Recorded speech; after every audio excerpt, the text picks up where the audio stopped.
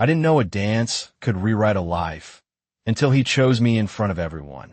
The chandelier above me glittered like 1,000 tiny stars, each one worth more than everything I own combined. And I stood beneath it holding a silver tray that trembled slightly in my hands, trying to pretend I belonged in a room where a single glass of champagne cost more than my weekly paycheck. My name is Naomi Carter, 24 years old, working double shifts in heels that pinch my toes just to keep the lights on in a one-bedroom apartment across the river. And that night at the Grand Lexington Ballroom, I was invisible, just another server in black and white moving between people who never looked down long enough to see me. The music was soft, a slow waltz drifting through the air like something out of a movie I could never afford to watch in theaters. And I focused on my steps, one foot in front of the other. Don't spill, don't trip, don't draw attention, because attention in a place like this never meant anything good. Watch it, someone snapped as I passed too close.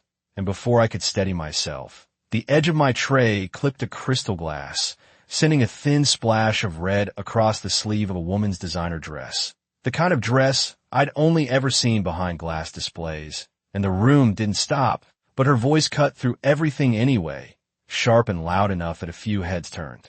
"Do you have any idea what this costs?" she said, standing, her eyes scanning me like I was something unpleasant she'd stepped in. And I opened my mouth to apologize, already reaching for a napkin, already shrinking into myself the way I'd learned to do, smaller, quieter, less noticeable, but the damage was done. A few people nearby glanced over, then quickly looked away, pretending not to see, because embarrassment is contagious when you're poor and they don't want to catch it. "I'm sorry," I whispered, the words automatic, practiced like muscle memory, and she laughed, not kindly, not softly, just enough to make it clear that sorry wasn't worth anything here. "Of course you are," she said, turning slightly so others could hear, so they could witness the mistake, and I felt heat rise to my face, my grip tightening on the tray as I wished, just for a second, that the floor would open up and swallow me whole. That's when the music didn't stop, but something else did. The air shifted. Conversations lowered, not because of me, but because of him. I didn't see him at first, but I felt it. The way people straightened, the way space opened without anyone asking, like the room itself was making room. And when I finally looked up, he was already walking toward me. Tall, composed, dressed in a black suit that fit like it had been made for him alone. Every movement precise, controlled, and effortless in a way that made everything else feel chaotic by comparison. And it wasn't just how he looked, it was how everyone else reacted. The subtle steps back, the quiet respect that didn't need to be spoken. His eyes found mine, and for a second, everything else faded. The noise, the music, the embarrassment, all of it gone, replaced by something steady and impossible to ignore. He didn't look at the woman, didn't acknowledge the stain, didn't ask what happened. He just looked at me like I was the only thing in the room that mattered, and that alone made my breath catch in my throat. Then he spoke, his voice low, calm, carrying just enough to reach me without needing to rise above the music. "Dance with me," he said, extending his hand, like this was the most natural thing in the world, like I wasn't standing there in a server's uniform with a tray, still trembling in my grip, like I hadn't just humiliated myself in front of half the room, and I blinked, certain I had heard him wrong. "I what?" I managed, my voice barely there, but his expression didn't change. "One waltz," he added, his hand still outstretched, steady, patient, as if he already knew what I would do. "If you don't step on my feet, I'll take you away from this life." The words didn't make sense at first. Not in a place like this, not coming from a man like him, but there was no humor in his eyes, no hint that this was a joke. And suddenly, the room felt very quiet again, like everyone was waiting for something I didn't understand. My heart pounded, loud enough that I was sure he could hear it. And for a moment, I hesitated, every instinct telling me this wasn't normal, this wasn't safe, this wasn't something people like me were offered without a cost. But then I looked at his hand again, still there, still waiting, and I realized something else. For the first time that night, someone wasn't looking past me. He was looking at me. And before I could think myself out of it, before fear could win, I placed my hand in his. His hand was warm, steady, Nothing like the rushed, careless touches I was used to in a room where people moved past me without ever slowing down. And the moment my fingers settled into his, the world seemed to shift around us like everything else had been dimmed on purpose, leaving only the sound of the orchestra and the space between us. I should have pulled away. I should have remembered who I was, where I stood, what this was. But I did not, because for the first time that night, I did not feel invisible. He guided me forward without a word. One smooth step that pulled me out from behind the safety of trays and tables and into the center of the ballroom, where the polished marble floor reflected the golden lights above us like a mirror.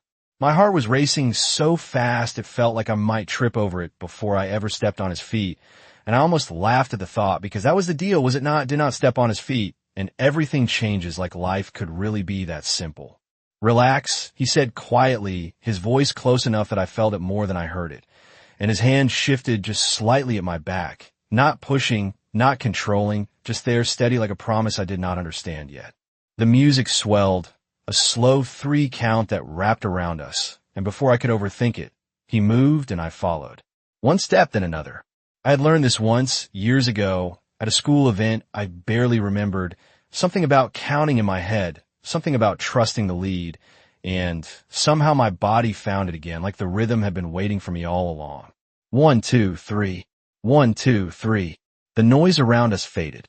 Conversations turned into distant murmurs. Even the woman who had shouted at me seemed to disappear from the edges of my world. There was only the music and his eyes, steady and unreadable, watching me like he was measuring something more than my steps. I expected to fail. I expected to stumble, to embarrass myself again, to prove that I did not belong here any more than I ever had. But I did not. I moved. I turned when he turned me. I followed when he guided me.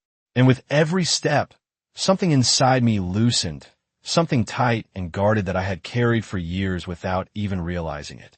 You are not afraid of falling, he said after a moment, his voice still low, still calm, and I almost missed it over the music.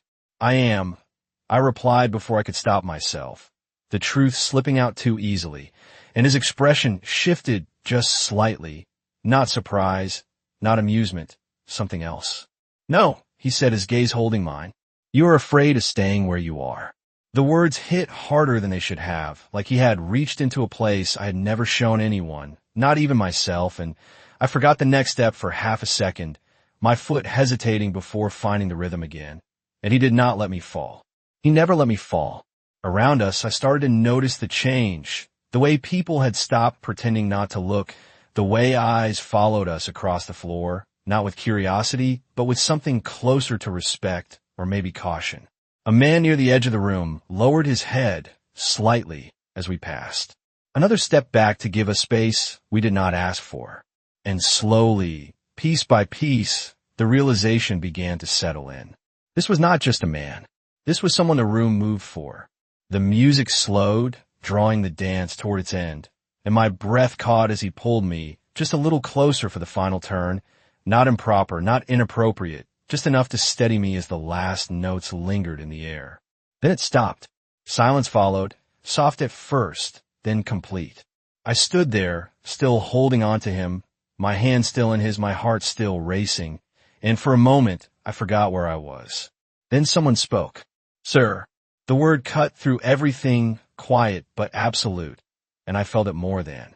I heard it, the shift in the room, the subtle lowering of heads, the way no one questioned it. No one reacted like it was unusual. I looked up at him, really looked this time, and something in my chest tightened. I had not just danced with a stranger. I had stepped into something I did not understand yet. And somehow, I knew there was no stepping back. Sir. The word did not echo, but it lingered, like it had weight, like it carried something invisible that everyone else in the room understood except me. And slowly, almost instinctively, I let go of his hand, stepping back half an inch as reality rushed in all at once, louder than the music had ever been.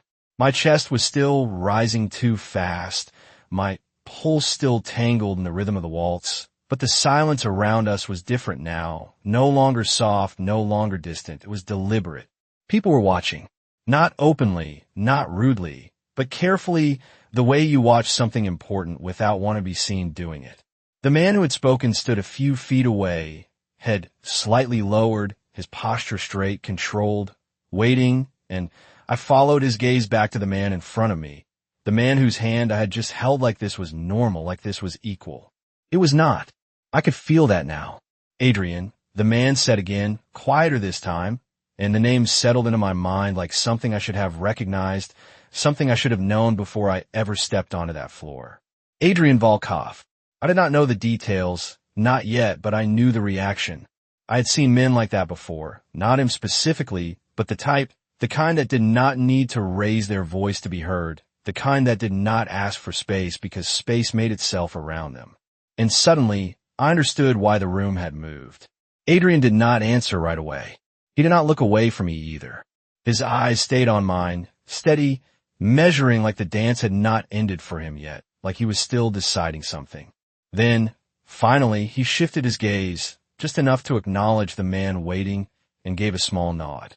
That was all it took. The man stepped back immediately, disappearing into the edge of the room without another word, as if he had never been there at all. I swallowed, my throat dry, my hands suddenly unsure of where to go now, that they were empty. I did not step on your feet, I said, the words slipping out before I could stop them, because it felt safer to say something simple, something that did not acknowledge the way my world had just tilted slightly off balance. For a second, nothing happened. Then, just barely, the corner of his mouth lifted. Not a smile, not fully, but enough to change something in his expression.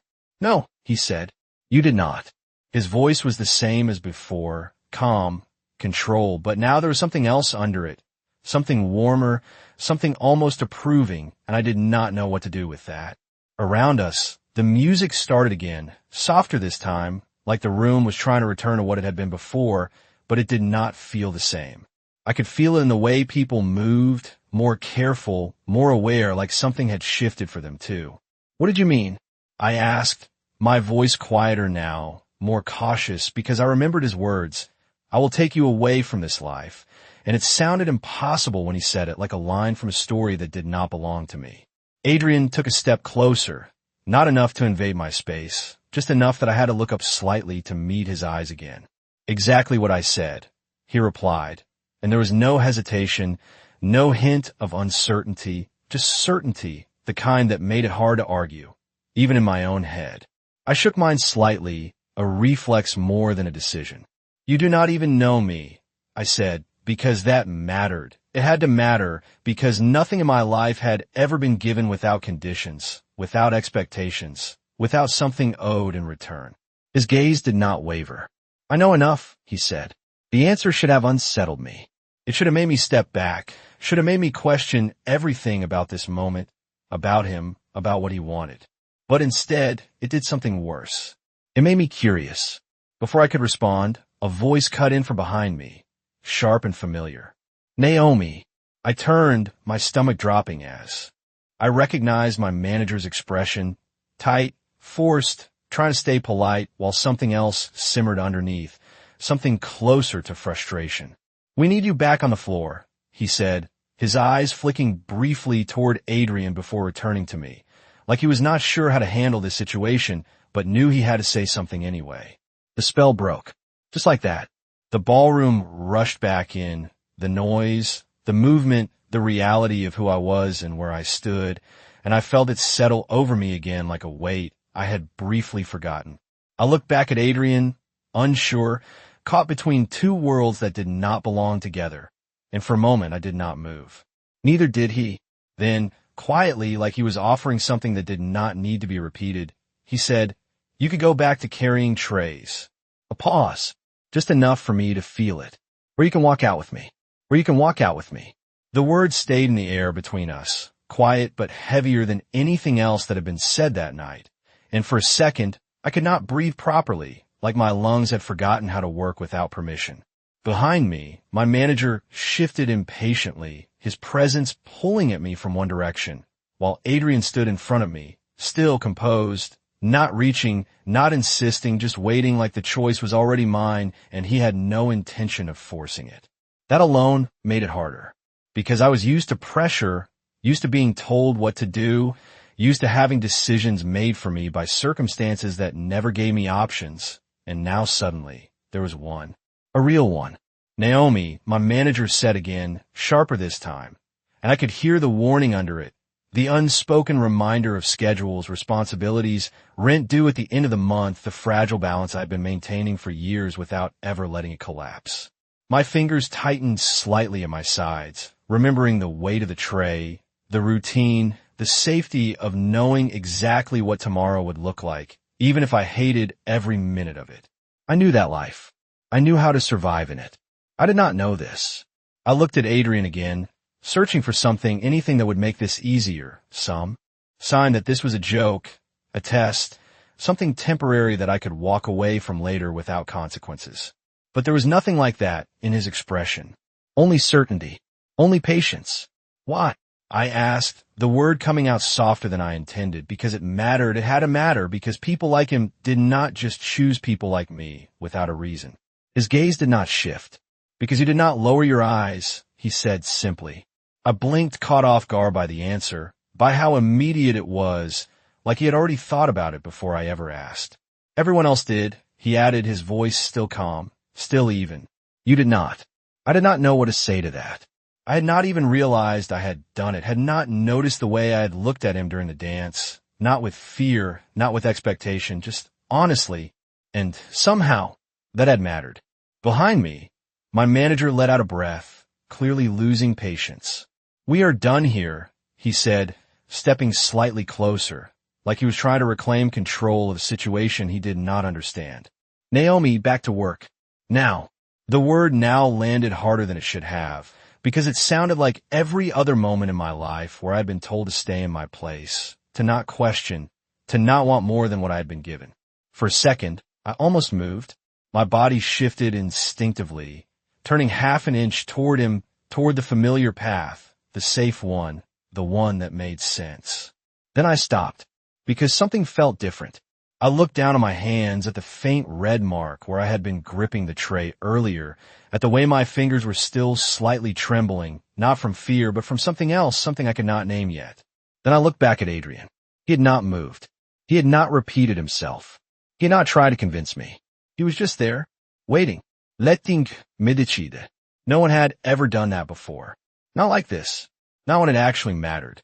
The room felt quieter again, like it was holding its breath, like everyone nearby was pretending not to watch, but listening anyway. And I realized something in that moment that scared me more than anything else. If I stayed, nothing would change. Not really. Tomorrow would look like yesterday. And the day after that. And the day after that. I would keep carrying trays. Keep apologizing. Keep shrinking. But if I left, I had no idea what would happen. And somehow, that felt like the truth. My chest rose slowly as I took a breath, deeper than any I had taken all night, and before I could talk myself out of it, before fear could take over again, I turned fully back to Adrian. My manager said my name again, louder now, but it sounded distant, like it was already behind me.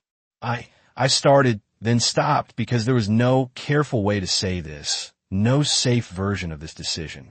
So I did the only thing I could. I stepped forward. Just one step. But it was enough. Adrian's eyes flickered, just slightly, not surprise, not exactly, but something close to acknowledgement, like he had seen this coming but still respected the moment it happened. Then, without a word, he turned, not checking if I would follow, not needing to. And I did. The marble floor felt different under my feet this time, each step carrying me further away from the life I knew, past the tables, past the lights, past the version of myself I had been just minutes ago. And as we reached the exit, I heard the doors open before I saw them, the cool night air brushing against my skin like something new, something real. I did not look back, because I knew if I did, I might not leave at all.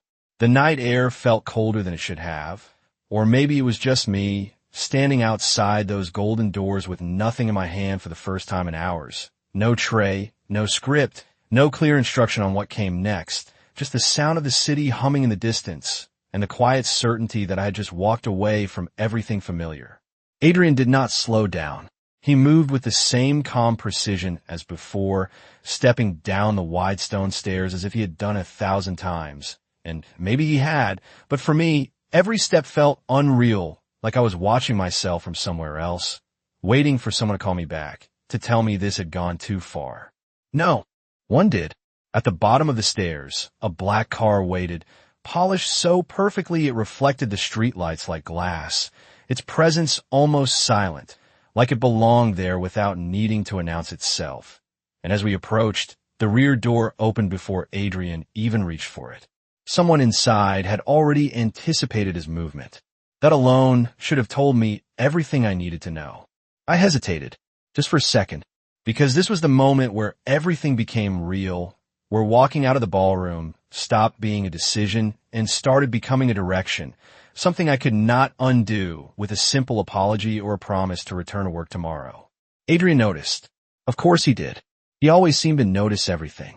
He paused, turning slightly toward me, not blocking my path, not urging me forward, just waiting again, the same way he had inside, like he understood that this step mattered more than any of the others. You can still walk away, he said quietly, his voice steady against the noise of the city. And there was no pressure in it, no hidden command, just truth. That made it harder, because if he had demanded it, if he had insisted, it would have been easier to resist, easier to step back into the life I knew and tell myself I had no choice. But he was giving me one. Again, I looked at the car, at the dark tinted windows that hid whatever was inside, at the open door that felt less like an invitation and more like a threshold, and my mind raced through every possible outcome. None of them clear, none of them safe, all of them unknown. Then I thought about the ballroom, the lights, the voices, the way I had stood there apologizing for something that barely mattered to anyone except me. The way I had spent years making myself smaller just to fit into spaces that were never built for me in the first place. And I realized something. Staying was not safe either. It was just familiar. I exhaled slowly, the tension in my chest loosening just enough for me to move, and without saying anything, I stepped forward and got into the car. The door closed behind me with a soft, final sound that echoed louder than it should have, like something had just been sealed. The interior was quiet, the kind of quiet that felt intentional, with soft leather seats and dim lighting that made everything seem calmer than it was. And I sat there, hands in my lap, unsure where to look, unsure what to do now that there was nothing left to decide. A moment later, Adrian slid in beside me, the door closing on his side just as smoothly, and the car began to move almost immediately, pulling away from the curb without hesitation. I glanced out the window as the building faded behind us, its lights growing smaller with every second, until it was just another part of the city skyline, indistinguishable from everything else. Gone. Just like that. Where are we going? I asked, my voice quieter than I expected, because the question felt bigger than it sounded, like it carried more than just distance. Adrian did not answer right away. He leaned back slightly, his gaze forward, thoughtful, as if the destination was not something that could be explained in a single word. Then, finally, he looked at me. Somewhere you do not have to ask permission to exist, he said. The answer settled into me slowly, not fully understood, but felt. I did not know if it should have comforted me or made me more uneasy. Maybe both. I turned back to the window, watching the city pass by in blurred lights and shadows, my reflection faintly visible in the glass. And for the first time in a long time, I did not recognize the person staring back. Not completely, because the girl who had walked into that ballroom had known exactly who she was. And the one sitting here now was still becoming her. The city lights blurred into long streaks of gold and white as the car moved steadily through the night, and I found myself watching them like they could tell me where I was going, like if I stared long enough, I might recognize something familiar in the distance, something that would anchor me back to the version of my life I understood. But nothing looked familiar anymore. Not the streets, not the silence inside the car, not even the way I felt sitting there beside him, aware of every small movement, every breath, like my senses had sharpened all at once. Adrian had not said anything else after that. Somewhere you do not have to. Ask permission to exist, and the words stayed with me, looping quietly in my mind because I had never thought about my life that way before. Asking permission. Maybe I had. Every shift, every apology, every time I made myself smaller so someone else could feel bigger. I shifted slightly in my seat, my hand still resting in my lap, trying to steady the restless energy building in my chest. What does that even mean? I asked finally, my voice soft but steady, because silence was starting to feel heavier than any answer could be. Adrian turned his head slightly, his gaze settling on me again. Calm and focused like before, like nothing about this situation felt uncertain to him. It means you will not have to earn basic respect, he said, as if the concept was simple, as if it should have always been that way. I let out a quiet breath, almost a laugh, but there was no humor in it. That sounds like something people say in movies, I replied, glancing back toward the window, because it felt easier to look at reflections than at him when he spoke like that. Not something that actually happens. It happens, he said. No hositashchen. No doubt. Just certainty again. I shook my head slightly, not in disagreement, but in disbelief because I did not know how to exist in a world where that was true. The car slowed gradually, the movement shifting from steady to deliberate, and I looked up just as we turned onto a long, private drive lined with tall trees and soft lighting that guided the path forward without revealing too much at once. My breath caught slightly as the building came into view. It was not just a house. It was something else entirely. Large, structured, built with intention, every detail clean and precise, the kind of place that did not just belong to someone, it represented them. Power without noise. Presence without explanation. The car came to a smooth stop in front of the entrance, and for a second, neither of us moved. I stared at the front doors, at the height of them, at the quiet stillness surrounding the entire place, like even the air here followed different rules. This is where you live? I asked, my voice quieter now because it felt like speaking too loudly might disturb something I did not understand. Yes, Adrian answered simply. No pride. No explanation. Just a fact. The door beside me opened before I could reach for it, just like before, and I hesitated again, but this time it felt different. Not fear. Not exactly. More like awareness. Because stepping out of that car meant stepping into something real, something that would continue past this moment, past the decision I had already made. I placed one foot on the ground, then the other, standing slowly as the cool night air settled around me again. And I looked up at the building, really looked this time, taking the scale of it, the quiet confidence it carried, the way it did not need to impress anyone because it already knew what it was. Adrian stepped out on the other side, walking around the front of the car with the same measured pace, and when he reached me, he stopped just close enough that I could feel his presence without it overwhelming mine. You can leave in the morning if you want, he said, his voice steady, giving me something I did not expect. An exit. Even now. Even after everything. I blinked, caught off guard by that again. By the way, he kept offering choices when I was still trying to understand the first one. You keep saying that, I said quietly. Like you expect me to run. I expect you to decide, he corrected. The difference settled between us, small but significant. And for a moment, I just stood there, looking at him, trying to understand a man who did not act like anyone I had ever known. Then, slowly I nodded. Not because I had all the answers. Not because I was not afraid. But because for the first time in a long time, I felt like the next step was mine to take. And this time, I chose to move forward. The doors opened before I reached them. Not automatically, not mechanically, but by someone who had been standing there the entire time, waiting without being seen, and that alone told me more about this place than anything else had so far. A man stepped aside as we approached, his posture straight, his expression neutral, his eyes flicking briefly toward Adrian before lowering again. Not out of fear, but out of respect so ingrained it did not need to be questioned. I hesitated. For half a second at the threshold, my reflection faintly visible in the polished surface of the door, and for a moment I saw both versions of myself at once, the girl who carried trays and the one standing here now, unsure which one was real anymore. Then I stepped inside. The shift was immediate. Had said tonight. Before I could respond, a woman approached from the side, her presence calm and composed, her dark suit simple but precise, her expression professional without being cold. Mr. Volkov, she said softly. Then her eyes shifted to me, assessing but not judging, taking in details without making me feel exposed. Miss Carter, Adrian said, introducing me in a way that made my name sound more solid than it ever had before. She will be staying. Staying.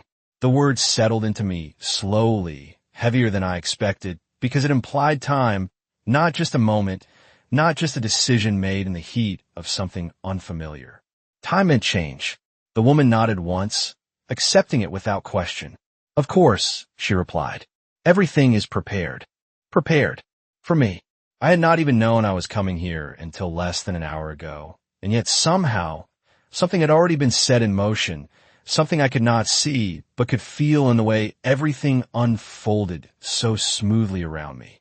Follow me, she said gently, turning toward the staircase, and I hesitated, glancing back at Adrian without meaning to, unsure why I needed that, some kind of confirmation, maybe, that this was still real. His gaze met mine briefly, steady as always. Rest, he said simply. That was it. No explanation. No reassurance. Just trust that I would take the next step on my own. And I did, because somehow, in a world I did not understand yet, that felt like the only thing I could trust. The staircase curved gently beneath my feet as I followed the woman up, each step quieter than the last, like the house itself absorbed sound before it could echo. And I found myself holding my breath without meaning to, as if exhaling too loudly might break whatever fragile balance I just stepped into. She moved with practiced ease, not rushing, not slowing, simply leading, and I kept pace a step behind, my hand brushing lightly against the smooth railing as I tried to ground myself in something physical, something real. This way, she said softly, her voice calm, steady like everything else in this place, and we turned down a long hallway lined with doors that all looked the same at first glance, but felt different somehow, like each one held its own story behind it. The lighting here was softer, warmer, casting gentle shadows that made the space feel less imposing, less like a structure built on power, and more like something meant to be lived in, though I still could not imagine what that life looked like. We stopped in front of one of the doors, and she opened it without hesitation, stepping aside to let me enter first. And for a second, I just stood there, looking. The room was larger than my entire apartment, not crowded, not overdone, just complete. A bed placed perfectly against the far wall, sheets smooth and untouched, a window stretching from floor to ceiling that overlooked the city lights in the distance. Furniture arranged with intention rather than excess. Everything clean, everything ready, like it had been waiting. For me, that thought settled uneasily in my chest. If you need anything, there's a phone on the table, she said, gesturing lightly toward a small device resting beside the bed. Someone will always answer. Always. The word lingered longer than it should have. I nodded slowly, not trusting myself to say much more than that, because I was not sure what I would even ask for if I did speak. She watched me for a moment, her expression thoughtful, then gave a small, almost reassuring nod before stepping back. Good night, Miss Carter. And then she was gone, the door closing behind her with a quiet finality that left me alone in a space that did not feel empty, just unfamiliar. I stood there for a long moment, not moving, not touching anything, just listening to the silence, waiting for something to happen, for someone to tell me what came next, for the world to correct itself and send me back to where I belonged. Nothing did. Slowly, I exhaled, the tension in my shoulders easing just enough for me to take a step forward, then another, until I reached the window. The city stretched out beneath me, lights scattered like distant stars, familiar in a way that made this place feel even more unreal, like I had been lifted out of my life and placed somewhere just above it, close enough to see, but too far to touch. I rested my hand lightly against the glass, cool beneath my fingertips, and for the first time since I left the ballroom, I allowed myself to think. Really think. What had I done? The question came quietly, not accusing, not panicked, just present, and I let it sit there, turning it over slowly because the answer was not simple. I had walked away. That part was clear.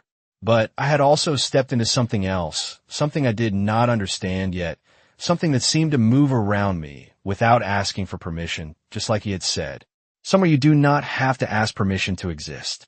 I closed my eyes for a second, letting the words settle again, and realized something that made my chest tighten slightly. I did not feel small here. I felt uncertain, yes, and out of place and overwhelmed by everything I did not know, but not small, not invisible. And that alone was enough to change something inside me. I turned back toward the room, my gaze moving slowly across the space, taking in the details I had missed before, the way everything was placed with care, the way nothing felt temporary, and I understood then that this was not just a place to stay for a night. It was a place meant for someone to remain. The thought should have scared me more than it did. Instead, it made me pause, because for the first time in a long time, I was not thinking about how to leave. I was wondering what would happen if I stayed. I did not sleep right away. The bed was too perfect, the silence too complete, and my thoughts refused to settle into anything quiet enough to rest. So I lay there staring at the ceiling, tracing the faint lines of light that slipped through the curtains, listening to a place that never truly made a sound. At some point, exhaustion won, not gently, not peacefully, but like a switch turning off, and when I opened my eyes again, it was morning. Real morning. Sunlight poured into the room in soft gold. Not the artificial glow of chandeliers or streetlights, but something warmer, something steady, and for a second, I forgot where I was. Then I sat up and remembered everything. The ballroom, the dance, his voice, the car, the house, the choice. It all came back at once, but it did not feel like a mistake. That surprised me more than anything. I swung my legs over the side of the bed slowly, my feet touching the cool floor, grounding me in a reality that still felt slightly unreal. And I stood there for a moment, letting myself adjust, letting the weight of what I had done settle into something I could carry. You can leave in the morning if you want. His words returned just as clearly as everything else, and I turned slightly, looking toward the door like it might already be open, like someone might be waiting to escort me out if I chose that path. No one was there. No one was waiting. The house remained quiet, patient, as if it trusted me to decide without interference. I moved toward the window again, drawn to the light, to the city stretching out below, and this time it looked different, not distant, not unreachable, just there. The same city I'd always lived in, but somehow not the same life. I rested my hand lightly against the glass again, feeling the warmth this time instead of the cold, and I realized something that made my chest tighten in a different way than fear. I did not want to leave. Not yet. The thought came without pressure, without urgency, just a quiet truth that settled into place before I could question it too much. I wanted to understand this. Him. This world that did not treat me like I had to apologize for existing. A soft knock at the door pulled me from my thoughts, gentle enough that it did not startle me, just enough to remind me that I was not alone here. "Come in," I said, my voice steady, even though everything inside me still felt new. The door opened slowly, and the same woman from the night before stepped inside, composed as always, her presence calm and deliberate. "Good morning, Miss Carter," she said, her tone respectful, natural, like this was already normal. "Mr. Volkov is waiting for you when you are ready." Waiting. Not expecting. Not demanding. Waiting. I nodded, a small movement, but it felt like more than that, like another step forward, another choice made without being forced. "I will be down soon," I replied, and she inclined her head slightly before stepping back out, leaving the door open this time. I stood there for a second longer, then turned toward the room, taking in everything again, but now it felt different. Not overwhelming, not intimidating, just unfamiliar in a way that could become familiar if I allowed it. I moved toward the door, my steps slow but certain, and as I crossed the threshold, I understood something I had not been able to put into words before. Last night, I thought I was being saved, pulled out of something small and placed into something bigger. But standing there now, in the quiet light of morning, with a choice still in my hands and a future I could not yet see, I realized that was not entirely true. He did not take me away. He gave me a place to stand. And for the first time in my life, I was not asking if I belonged there. I was deciding it.